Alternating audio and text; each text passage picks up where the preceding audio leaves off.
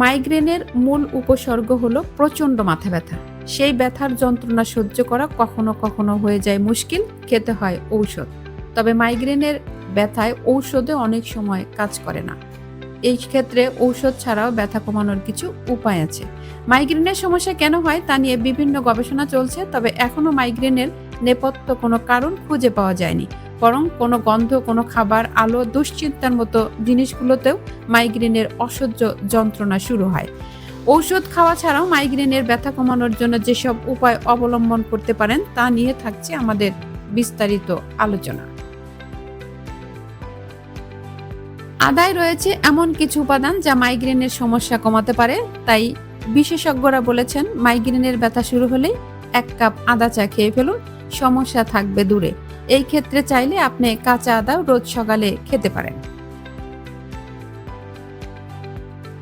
লবঙ্গের মধ্যে রয়েছে উপকারী উপাদান। এই উপাদান খুব সহজেই আপনার মাইগ্রেনের সমস্যা দূর করতে পারে। এই ক্ষেত্রে লবঙ্গ চিবিয়ে খেতে পারেন বা লবঙ্গের পাউডার দুধের সঙ্গে মিশিয়ে খেয়ে নিন।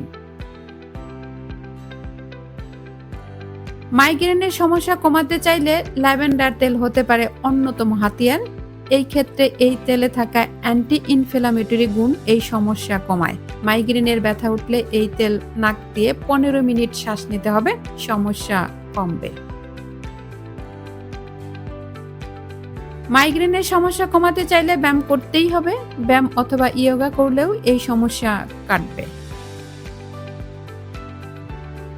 মাইগ্রেনের ব্যথা নিয়ন্ত্রণে চেরি ফুলের জুস বেশ উপকারী। চেরিতে রয়েছে প্রচুর পরিমাণে পলিফেনলস নামের অ্যান্টিঅক্সিডেন্ট।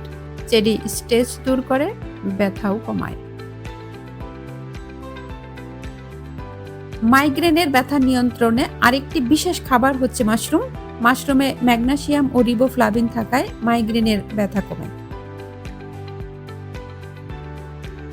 এই সমস্ত ঘরোয়া উপায় অবলম্বন করেই যদি আপনি মাইগ্রেনের ব্যথা থেকে নিজেকে মুক্ত রাখতে পারেন, তাহলে আর অপেক্ষা কেন, হয়ে যাক ঘরোয়া চিকিৎসা।